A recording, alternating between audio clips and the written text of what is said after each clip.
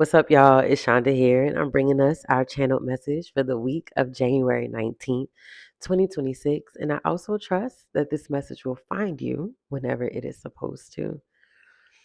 And Spirit woke me up this morning. And again, y'all, we've been building, right? So when we were going into the new year, it was about identifying our values, what's making us as we go into this next chapter in this next season. And last week was about capacity.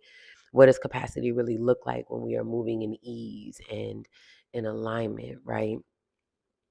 And putting the systems in place to support us.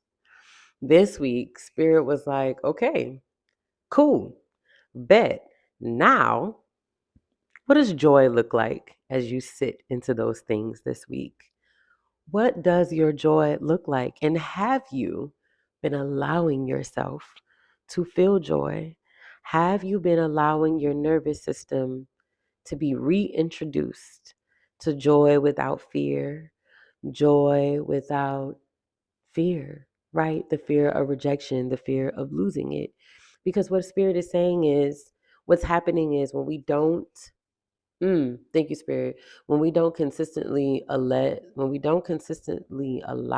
joy to show up in our lives, when we don't consistently practice joy, practice joy, allow joy, receive joy. That's when the scarcity begins to show up.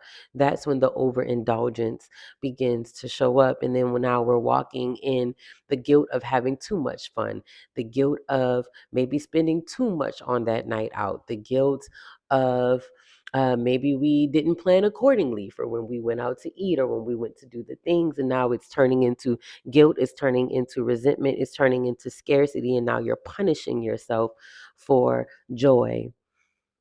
Joy allows for us to alchemize the worry and the stress and the fears.